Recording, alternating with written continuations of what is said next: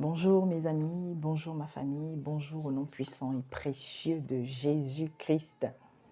À tous les chrétiens, à tous les chrétiennes, ou à tous les chrétiens, ou à tous les chrétiennes, à tous les Christ. Bonjour, bonjour, bonjour mes amis, bonjour ma famille. À toi qui passeras ici pour la première fois, je te dis également bonjour. Alors, je viens nous déposer un message très rapide. Vous avez remarqué, de plus en plus, la sœur Gladys, quand elle sort, c'est pour des messages très rapides, mais des messages, mes bien-aimés, assez forts. C'est pas le fait de venir parler pendant plusieurs minutes qui est important, mais c'est que le peu de minutes là que je vais venir passer devant vous, qu'est-ce que je vous apporte? Qu'est-ce que je viens vous donner? Est-ce que le message d'une minute va toucher le cœur de quelqu'un? Au nom de Jésus-Christ. J'espère que tout le monde va bien. Votre sœur est un peu fatiguée, mais je sais que le Seigneur, il a, n'est-ce pas, déjà réservé le temps. Il a réservé l'énergie qu'il me faut pour pouvoir parler pendant, n'est-ce pas, cette petite vidéo. Alors, je viens faire donc la troisième partie de Reste concentré. Je vous ai dit, nous aurons une longue série de Reste concentré. Au nom puissant de Jésus-Christ, je viens encore parler. Et je voudrais tout simplement louer encore l'Éternel. Suite au message de la dernière vidéo, il y a eu plusieurs d'entre vous qui avaient été touchés par ce message. Et j'ai l'habitude de dire, c'est bien. D'ailleurs, notre maître, nos aînés dans la foi, nous ont enseigné là-dessus. Il ne suffit pas seulement d'être touché par un message, mais il faudrait, à la suite, l'examiner. À la suite, ensuite aller au pied du maître, prendre le temps dans la concentration, afin, n'est-ce pas, de prendre sa part. Et ce qui ressort de ce que j'ai entendu, que je puisse chaque jour davantage le mettre en pratique. Alors, le reste concentré d'aujourd'hui, c'est vrai qu'il y avait beaucoup de choses quand même que je voulais partager avec nous, mais je vais commencer par partager un autre message encore que l'Esprit a eu, n'est-ce pas, à marteler à plusieurs reprises également. C'est de nous encourager.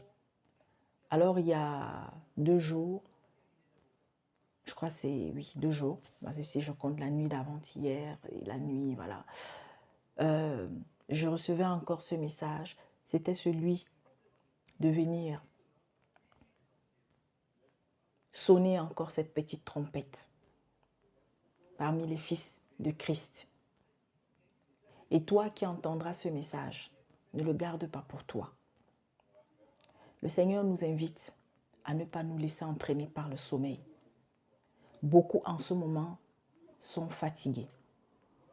Je parle des fils de Jésus-Christ et des filles de Jésus-Christ.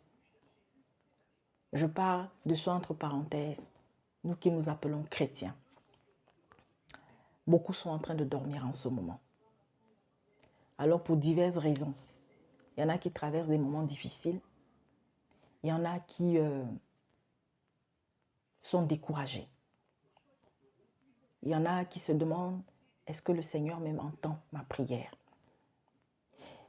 Il y a beaucoup de frères sérieux dans la foi qui ont eu à faire des messages, des enseignements, des exhortations sur l'espace, cet espace Jésus-Christ à nous.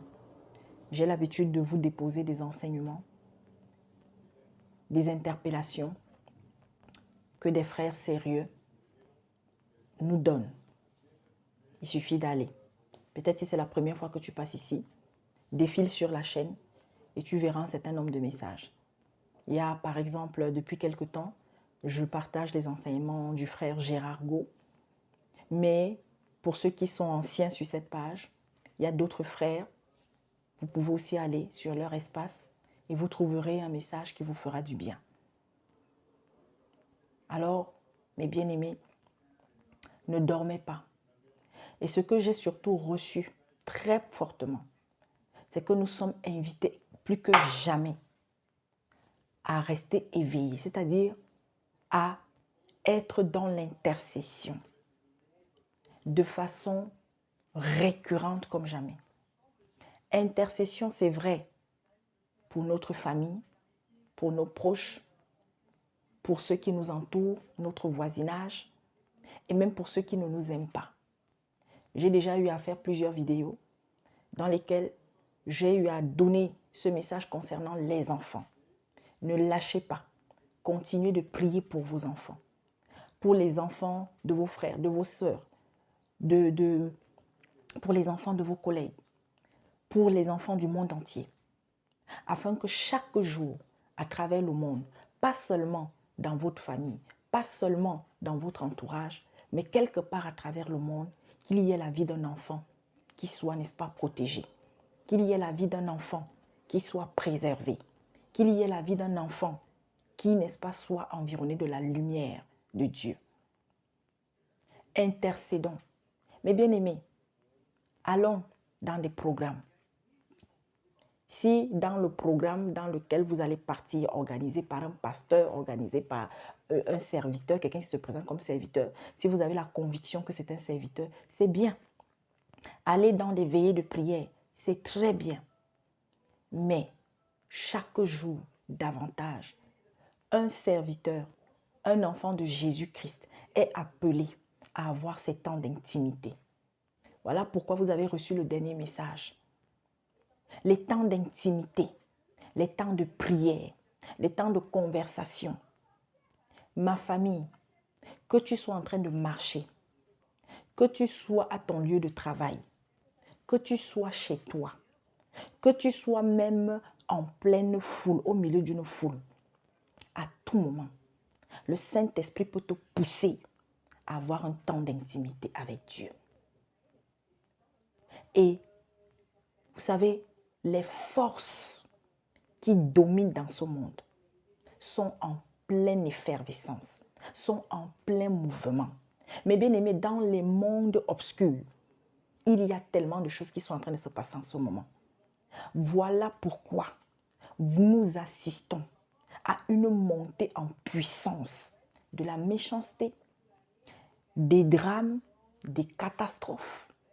Comme le Seigneur l'a annoncé, mais bien aimé, à plusieurs reprises, que la fin de ce monde ne se fera pas en toute tranquillité. Les dirigeants qui sont de plus en plus mauvais, dans des familles, il y a de plus en plus de tensions. Entre des parents et les enfants, de plus en plus de tensions. Dans les couples, et ça, ce n'est pas qu'une affaire de païens. Ce n'est pas seulement chez les païens. Au milieu des enfants de Jésus-Christ, au milieu de ceux qui sont censés pourtant être des exemples, il y a des travers. Je nous ai lu 2 Timothée 4 dans le message que j'ai reçu. Je vais revenir encore dessus. Au verset 3, fin du verset 2, de 2 Timothée 4. Prêche la parole, insiste en temps et hors de temps, convainc, reprend, exhorte avec toute longanimité et doctrine. Ça, c'est la version Darby que je lis. Vous pouvez retrouver ce passage dans la version que vous avez, Louis II, le français courant, les versions sérieuses. Car il y aura un temps où ils ne supporteront pas le saint enseignement, mais ayant des oreilles qui leur démangent, ils s'amasseront des docteurs selon leur propre convoitise, et ils détourneront leurs oreilles de la vérité et se tourneront vers les fables. Mais toi, sois sobre en toutes choses, endure les souffrances, fais l'œuvre d'un évangéliste, accomplis pleinement ton service, car pour moi, je sers déjà de libation et le temps de mon départ est arrivé. J'ai combattu le bon combat, j'ai achevé la course, j'ai gardé la foi. Désormais m'est réservé la couronne de justice que le Seigneur, juste juge, me donnera dans ce jour-là. Et non seulement à moi, mais aussi à tous ceux qui aiment son apparition. Ce message est d'abord pour ceux qui ont la charge du troupeau. Mais ensuite, mes bien-aimés, ça s'adresse individuellement à chacun de nous. Nous sommes dans un temps où il y a aussi beaucoup de chrétiens et de chrétiennes qui se plaignent. Beaucoup de chrétiens et de chrétiennes, mes bien-aimés, qui se demandent, est-ce que le Seigneur m'entend? Est-ce que ma vie, oui, depuis que j'ai donné ma vie au Seigneur, rien ne change. Depuis que je suis venu à Christ, rien n'a changé. Oui, et c'est comme ça, il y en a qui vont retourner, n'est-ce pas, dans des choses qui attristent le cœur de l'Éternel. Mes bien-aimés, je veux nous lire Romains 12. Je vais nous lire Romains 12. Écoutez bien à partir du premier verset. Je vous exhorte donc, frères, par les compassions de Dieu, à présenter vos corps en sacrifice vivant, saint, agréable à Dieu, ce qui est votre service intelligent. Et ne vous conformez pas à ce siècle. Et ne vous conformez pas à ce siècle, mais soyez transformés par le renouvellement de votre entendement pour que vous discerniez quelle est la volonté de Dieu, bonne et agréable et parfaite. Car par la grâce qui m'a été donnée, je dis à chacun de ceux qui sont parmi vous de ne pas avoir une haute pensée de lui-même, au-dessus de celle qui convient d'avoir, mais de penser de manière à avoir des saines pensées, selon la mesure de foi que Dieu a départie à chacun. Car comme dans un seul corps, nous avons plusieurs membres et que tous les membres n'ont pas la même fonction. Ainsi, nous qui sommes plusieurs, sommes en un seul corps en Christ et chacun est individuellement membre l'un de l'autre. Or, ayant des dons de grâce différents, selon la grâce qui nous a été donnée, soit la prophétie, prophétisons, soit la proportion de la foi, soit le service, soyons occupés du service, soit celui qui enseigne, qu'il s'applique à l'enseignement, soit celui qui exhorte à l'exhortation. Celui qui distribue, qu'il le fasse en simplicité. Celui qui est à la tête, qu'il conduise soigneusement. Celui qui exerce la miséricorde, qu'il le fasse joyeusement. Que l'amour soit sans hypocrisie. Ayez en horreur le mal. Tenez ferme au bien. Quant à l'amour fraternel, soyez pleins d'affection les uns pour les autres. Oh Seigneur. Quant à l'activité, pas paresseux. Vous savez que Dieu est la paresse. Oui. Et quand on parle de paresse, ce n'est pas seulement en ce qui concerne, mes bien-aimés, la marche spirituelle. Même dans notre vie quotidienne. Mes bien-aimés, est-ce que vous savez que la paresse, mes bien-aimés, on va me dire que c'est un péché. Quand on est un paresseux, c'est-à-dire qu'on n'aime pas travailler. Il y a des... Même, mes bien-aimés, quand nous avons nos enfants, nous les éduquons pour que demain, et nous sommes appelés à les éduquer avec fermeté. Pourquoi? Nous sommes appelés à les reprendre. Nous sommes appelés à être dans la patience envers eux pour qu'ils finissent par, n'est-ce pas, accomplir ce que nous voulons qu'ils apprennent. Ce que nous voulons qu'ils comprennent. Ce que nous... Une fille, un garçon, mes bien-aimés, éduquons-les avec justice.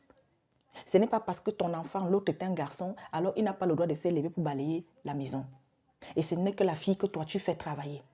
Ou bien, non, comme la fille, parmi les garçons, c'est la seule fille, donc c'est la princesse. On fait travailler les garçons dans la maison. Mais bien aimé, quand on éduque des enfants, il faut les éduquer avec justice. Si vous avez 2 enfants, mes bien aimés, que les 2 enfants soient éduqués de la même façon. Parce que vous ne connaissez pas demain. Aujourd'hui, nous avons des hommes dans la société, mes bien-aimés. Vous les voyez là, ils sont intelligents, ils ont même de l'argent, mais ils ne savent même pas laver une assiette. Ils ne savent même pas faire cuire du riz. Ils ne savent même pas faire une omelette.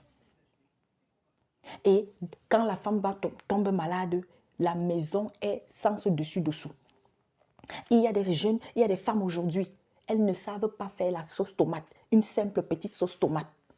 Eh bien aimé, est-ce que vous savez qu'il y a des sauces qu'avec seulement 2, 3 ingrédients, tu te fais une sauce qui n'a pas de nom? Nos grands-parents n'avaient pas tout ce que nous avons comme condiment aujourd'hui, comme assaisonnement aujourd'hui. Mais quand on mangeait les sauces que nos grands-mères préparaient, il n'y avait pas 4, 5, 6 ingrédients dedans. Il y a des chrétiens et des chrétiennes aujourd'hui qui ne savent pas laver, frotter. Ceux, par exemple, qui sont en Europe, nous qui, ça dit que le fait qu'il y ait la machine à laver, aujourd'hui, même dans beaucoup de pays, dans certains pays, bon, même en Afrique et tout, et oui, il y a la machine à laver. Comme il y a la machine à laver, on ne sait plus ce que c'est que frotter. Il y a des femmes, elles trempent les habits de l'enfant, les habits vont rester dans l'eau pendant des jours et des jours. Il y en a qui ne savent pas, mes bien-aimés, frotter le sous-vêtement. On n'a pas besoin d'avoir beaucoup d'habits pour être propre. On n'a pas besoin d'avoir beaucoup de sous-vêtements pour être propre. Un jour, j'aborderai ce sujet-là en ce qui concerne, n'est-ce pas, ces aspects de l'intimité. Pendant longtemps, on nous a fait croire que non, une femme, tu dois avoir beaucoup de sous-vêtements. Mais bien aimé, il y a des personnes qui n'ont pas de moyens. Il y a des personnes qui n'ont que 3, 4 sous-vêtements. Mais l'essentiel, c'est que si tu as porté le sous-vêtement que tu as porté aujourd'hui, tu le laves aujourd'hui, quand tu vas porter l'autre, il faudrait que tes sous-vêtements, oui. Maintenant, si tu as plein de sous-vêtements, ok, tu vas te changer tes sous-vêtements, mais à un moment donné, tu dois les laver une fois dans la semaine, que tes sous-vêtements soient lavés.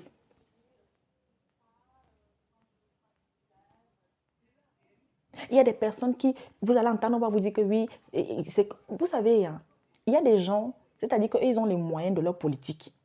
Alors là, avec cette histoire d'Internet, j'ai parfois assisté à des choses terribles. Vous avez des gens, oui, ce n'est pas non, oui, dans une maison, on ne doit pas utiliser un drap pendant une semaine. Mais bien aimé, il y a des gens qui n'ont que 2 draps. Il y a des gens qui n'ont pas les moyens de s'acheter des draps tous les mois.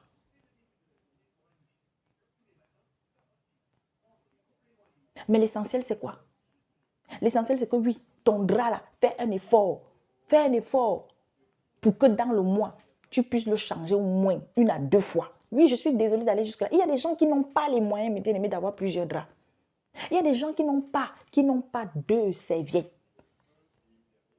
Mais il faut lave ta serviette. Si tu as 2 serviettes, si tu as la possibilité de t'acheter peut-être une fois tous les 3 mois ou bien une fois tous les 6 mois, je n'en sais rien moi. Si tu as tes 2 serviettes, il faut toujours qu'une serviette soit propre à chaque fois. Pour qu'au bout de quelques jours, tu changes. Tu prends l'autre serviette. On nous a amenés à être dans une société de consommation au point où toi, tu as la possibilité d'avoir 100 draps, tu as la possibilité d'avoir 100 rideaux, tu as la possibilité d'avoir je ne sais pas quoi. Alors, il faudrait que non, ce soit tout le monde qui soit comme toi. Non. Mais au-delà de tout ça, pour un enfant du Seigneur, au-delà de cette propriété extérieure, c'est de la propriété intérieure. Voilà pourquoi je te lis Romains 12, mes bien-aimés, quand j'ai découvert ce texte. Et je suis désolée. Vous savez, tous les textes bibliques sont beaux. Mais il y a des textes qui sont marqueurs. Tu dois avoir un texte dans ta vie, dans ta marche chrétienne. C'est-à-dire que 2 ou 3 en tout cas, que depuis que tu as lu ça, ça t'a transformé. Mais bien aimé, Romains 12, le jour où je suis tombée dessus, le jour où le Seigneur m'a encore amené à atteindre notre cap, j'ai partagé ça. On avait fait, je crois, 1 mois ou 2 mois, je ne sais pas, avec Romains 12. Il y a beaucoup d'autres passages. Mais bien aimé, reste concentré. Alors le message que je suis venue donner aujourd'hui dans Reste concentré, c'est quoi? Ma famille, le Seigneur nous invite à prier comme jamais, à rester concentré. Dans la dernière vidéo, je vous disais, il n'y a pas besoin forcément d'être, n'est-ce pas, dans un milieu avec 3, 4, 5, 6, 10 frères, 100, 50, non, mes bien-aimés. Si déjà tu as une connaissance et que tu sais que c'est une personne qui a une vie chrétienne chaque jour saine et que son témoignage, son rendu, les fruits que cette personne présente te rassurent, alors mettez-vous ensemble si vous pouvez, même si c'est 1 fois par semaine, pour prier déjà pour le pays dans lequel vous êtes. Le Seigneur nous invite, mes bien-aimés. Les chrétiens, moi qui suis en France, les chrétiens de France, chaque jour davantage, nous devons prier pour la France.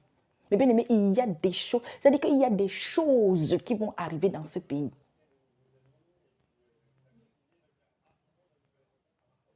Je suis tellement triste quand je vois même des soi-disant chrétiens, mais qui sont étrangers.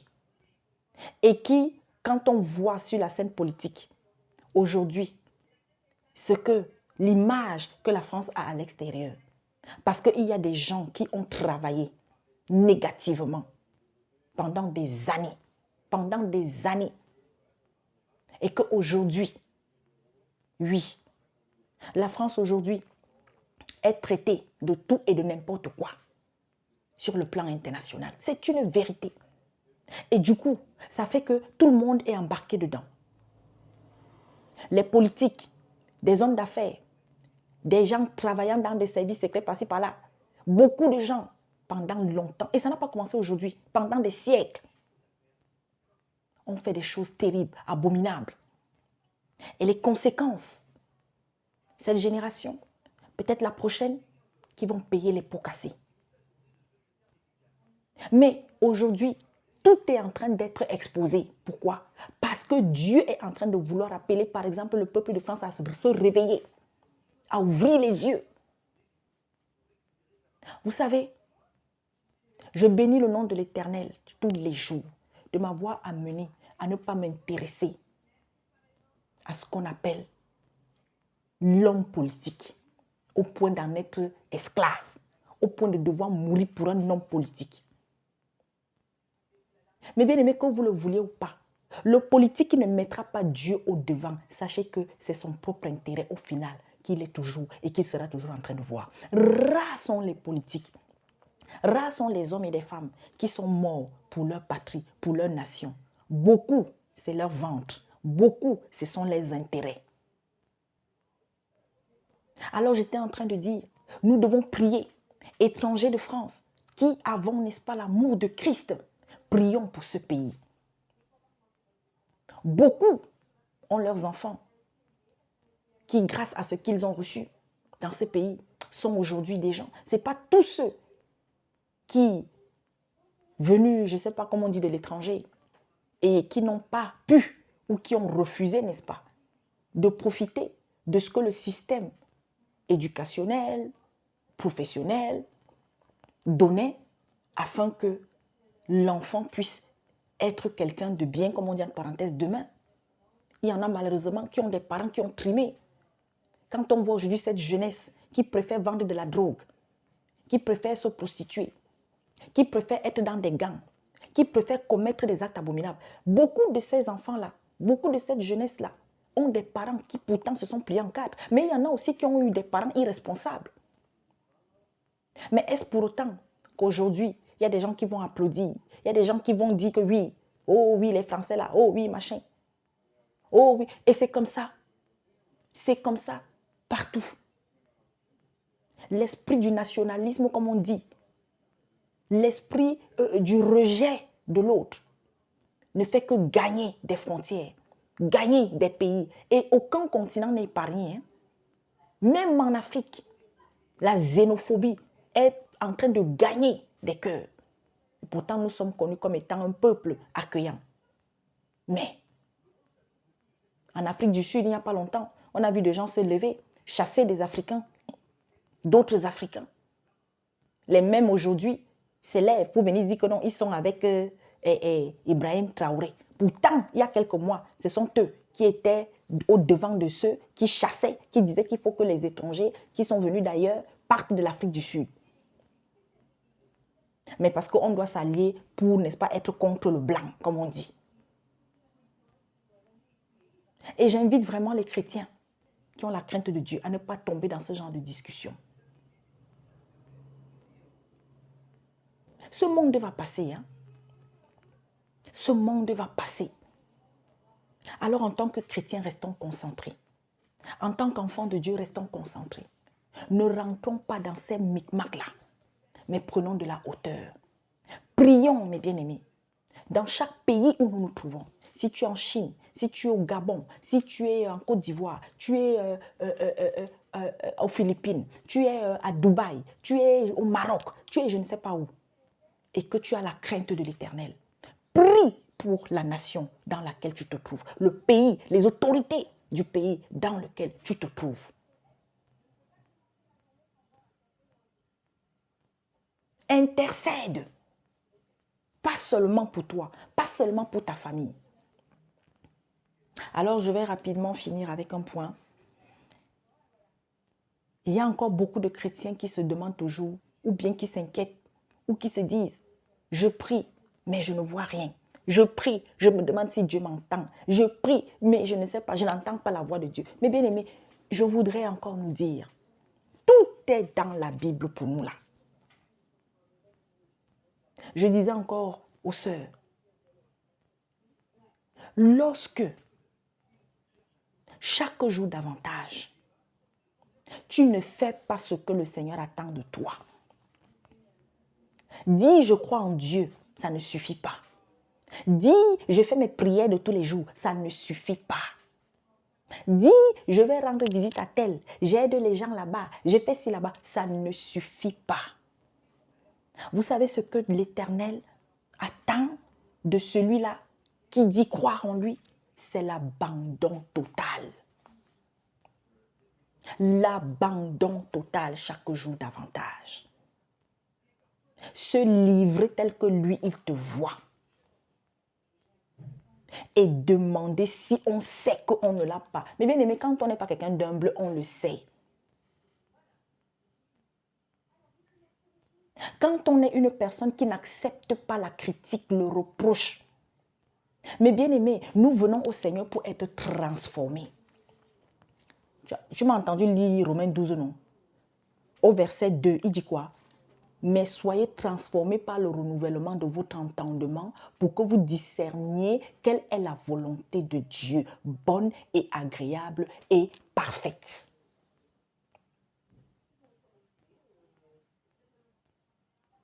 Si depuis que tu as donné, tu dis avoir donné ta vie au Seigneur, tu n'es pas transformé, tu ne vois pas de changement. Est-ce que depuis que tu as donné ta vie au Seigneur, tu es une personne qui est encore colérique? Est-ce que depuis que tu dis avoir donné ta vie au Seigneur, tu dis avoir reçu ton baptême, tu es une personne qui continue toujours d'aimer rester avec des gens qui mal parlent des autres, qui critiquent les autres, qui insultent les autres? Est-ce que depuis que tu as donné ta vie au Seigneur, tu continues d'aimer regarder les films où les gens s'embrassent, s'envoient en l'air et que ça ne te dérange pas? Il y a problème. Est-ce que depuis que petit à petit, tu fais ta marche, tu dis que tu es venu à Christ, tes rapports avec les autres ont changé? Même si les autres, eux, ils te cherchent, eux, ils te provoquent, il y a une personne qui te cherche, mais toi, est-ce que chaque jour davantage, tu es une personne posée, tu es une personne calme? Est-ce que tu gagnes en calme? Est-ce que tu as abandonné des mauvaises habitudes? Est-ce que tu cherches toujours ton intérêt dans tes rapports avec les autres? Est-ce que tu donnes avec amour? Lorsque tu aides quelqu'un, est-ce que tu attends quelque chose en retour? Depuis que tu as donné ta vie au Seigneur, est-ce que tu es une femme soumise? Bientôt, je vais sortir pour vraiment parler de cette notion de soumission parce que le temps est arrivé que peut-être je m'attarde là-dessus. Parce que vraiment, c'est fatigant quand on entend des personnes qui n'ont rien compris à ce que c'est que la soumission selon l'Éternel, selon ce que Jésus-Christ nous a enseigné. C'est quoi la soumission? Pas la soumission littéralement telle que le monde l'entend. Est-ce que tu es une femme soumise dans ton foyer? Est-ce que tu pardonnes à ton mari lorsqu'il t'a blessé? Est-ce que tu restes avec la colère pendant des jours et des jours et des jours? Est-ce que tu es un homme qui aime sa femme comme Dieu t'a dit, aime ta femme? Comme Christ a aimé l'Église, au point de mourir pour elle. Combien de frères chrétiens sont prêts à mourir pour leur épouse? Quand vous entendez que des frères qui disent qu'ils sont des chrétiens, mais qui ont du mépris pour leur épouse, au point où quand on va prier, on ne partage même pas le temps de prier avec sa femme, parce qu'on estime que non, sa femme n'a pas encore atteint notre niveau spirituel. Je vous dis, voilà des cas où on ne prend pas sa femme pour avoir des temps d'intimité. On va sortir avec sa femme, hein, on prend sa femme, on passe s'asseoir quelque part une fois, peut-être dans le mois, on va se balader. Hein. Est-ce que toi, tu le fais? Est-ce que tu protèges ta femme devant ta famille? Est-ce que tu exposes ton mari devant ta famille? Est-ce que ton célibat, chaque jour, tu le vis avec joie? Parce qu'il y a encore des chrétiennes, parce qu'elles sont célibataires. Mais bien aimées, elles sont dans la tristesse.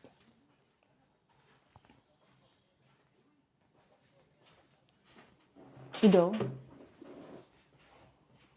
Ma famille, les jours sont mauvais. Si donc, ton cœur, quand il nous est demandé, mais bien aimé, écoutez, je crois, il y a un passage où il nous dit, tout ceci, nous devons le vivre avec, voilà, au verset 8. Celui qui distribue, qu'il le fasse en simplicité, celui qui est à la tête, qu'il conduise soin, celui qui exerce la miséricorde, qu'il le fasse joyeusement. En fait, tout ça, tout ce que nous vivons, un enfant du Seigneur, un enfant de Jésus-Christ, mes bien-aimés, écoutez-moi bien, s'il y a une chose que tu dois gagner plus que tout, c'est la paix du cœur. Et c'est cette paix du cœur, qui dit paix, dit joie. Mais bien aimé, la paix va ensemble avec la joie. La joie va ensemble avec la paix. Est-ce que vous avez compris? La joie, ce n'est pas que tu vas rire tout le temps. Non. Mais tu es. C'est-à-dire que, quel que soit ce qui se passe, tu peux recevoir une mauvaise nouvelle. Quelqu'un peut te faire quelque chose. Toi-même, tu peux même peut-être manquer, voilà, comme, vite fait comme ça, là, de calme, de tempérance. Et puis tu vas réagir. Mais rapidement, tu vas te repentir. Parce que c'est ça, mes bien-aimés. Et tu retrouves le calme, et tu retrouves la paix, et tu retrouves la joie. Alors pour que chaque jour davantage, le Seigneur vienne habiter en toi. Dieu vienne habiter en toi parce qu'il a dit qu'il n'habitera plus dans des temples faits de main d'homme, mais il veut venir habiter en nous parce que nous sommes son temple. Il veut que nous soyons son temple. Non. Si tu n'es pas le temple du Seigneur, maman, mon frère, prie comme tu veux, demande comme tu veux, fais tout ce que tu veux. Le Seigneur, tu ne l'entendras pas. Et ce sera donc difficile que ce que tu vas demander soit accompli. Parce qu'il a dit, et je finis avec, c'est la prière du juste qu'il entend. La prière du juste. Vous voulez que je vous retrouve ce passage? Parce que ça aussi, c'est des messages qu'on n'entend pas beaucoup. Je vais nous retrouver ça et ce sera la conclusion de ce message que je suis venue déposer. Cet énième épisode de Reste concentré. Mes bien-aimés, la prière du juste qu'il exauce. Ah oui, et le juste c'est qui? Voilà. La prière du juste a une grande efficacité. Mais pour que ta prière soit juste, écoute, on est dans Jacques, le chapitre 5 au verset 15. La prière de la foi sauvera le malade et le Seigneur le relèvera. Et s'il a commis des péchés, il lui sera pardonné. Confessez donc vos péchés les uns aux autres et priez les uns pour les autres afin que vous soyez guéris. La prière fervente du juste a une grande efficacité. Je vais chercher le passage où le Seigneur il dit que c'est la prière du juste qui est entendue. Mes bien-aimés, c'est très important.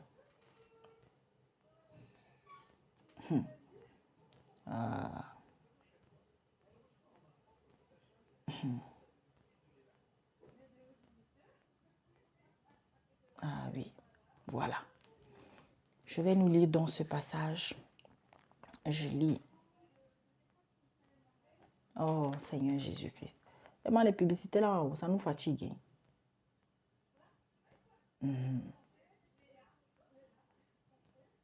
Voilà. Voici encore un autre. Ésaïe 59, des versets 1 à 2.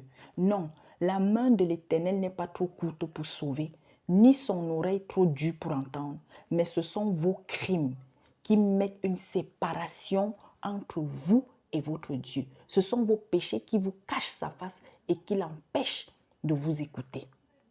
Est-ce que vous comprenez? Bien aimé, c'est très important. Voilà. Pierre 3, au verset 12. Écoutez bien.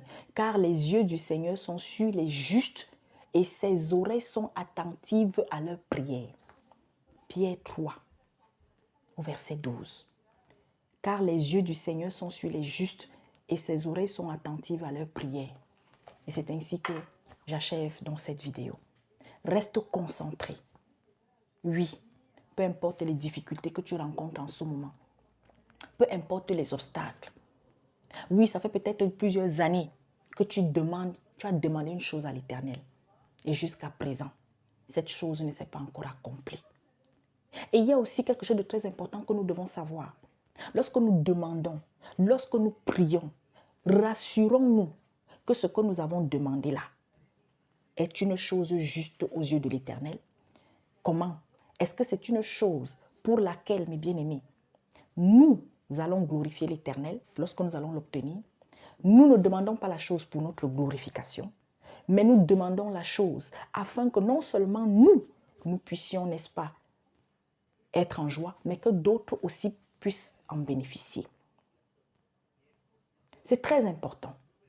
Parce que tout ce que l'Éternel nous accorde comme, on va dire, bien utile pour notre vie sur cette terre, ce n'est pas seulement pour nous, mais c'est aussi pour les autres.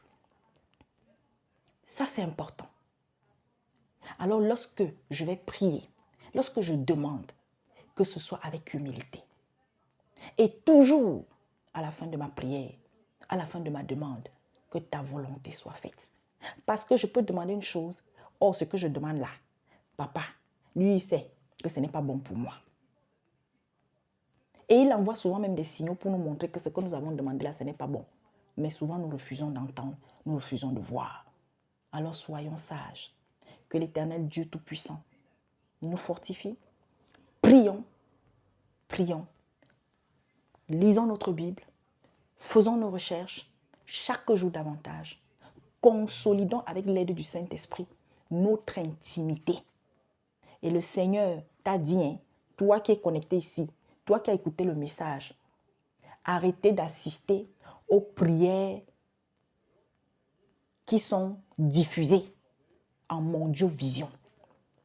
Si vous marchez avec des frères et des sœurs, si vous suivez un serviteur ou une servante et qui a un programme de prière, que ce soit en toute intimité, que ce ne soit pas diffusé, parce que la prière est secrète. C'est-à-dire, vos gens ou bien des frères et sœurs dans l'ignorance, qui je prie, certains ont écouté ce message. S'ils n'ont pas écouté, partagez cela avec eux. Vous avez les versets. La prière est un moment d'intimité. Lorsque je vais prier avec un frère, avec une sœur, je n'ai pas besoin que le monde entier sache ce qu'on a dit dans cette prière. Mais bien aimé, même les païens nous parlent. Même les païens nous parlent.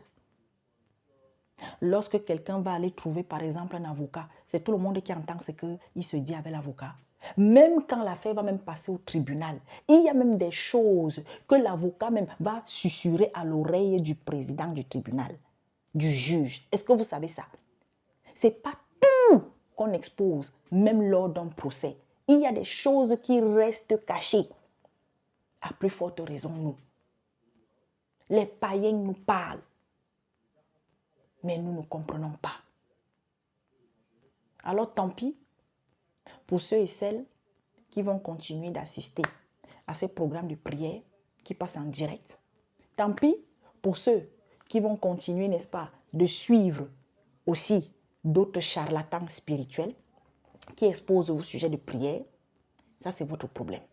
Tant pis pour ceux aussi, malgré toutes les alertes, tous les avertissements, malgré tous les signaux que Dieu ne cesse de donner afin que nous ayons les écailles qui nous tombent des yeux et que nous ne suivions plus, mes bien-aimés, les marmailleurs spirituels. Mais vous continuez. Tant pis pour vous. Et prions pour ceux qui sont encore dans l'ignorance. Continuons d'intercéder, mes bien-aimés. À chaque semaine, je ne vais même pas dire chaque jour pour ne pas être trop peut-être carré. Chaque jour est un temps où tu vas prier. Tu pries pour les autres. C'est très important. Parce qu'en tant qu'enfant de Jésus-Christ, le Seigneur sait déjà de quoi nous avons besoin. Et c'est pourquoi justement, lorsque nous prions, même pour ce que nous souhaitons, Mais bien aimé, on n'a pas besoin de passer des heures et des heures et des heures à prier pour une seule et même chose. Mais passons des heures dans la prière pour les autres. Passons des heures dans la prière pour les frères et les sœurs à travers le monde. Passons des temps dans la prière, mes bien-aimés, pour tous ceux qui n'ont pas encore reçu le message de Christ. Tous ceux, mes bien-aimés, qui continuent de croire même que Dieu n'existe pas.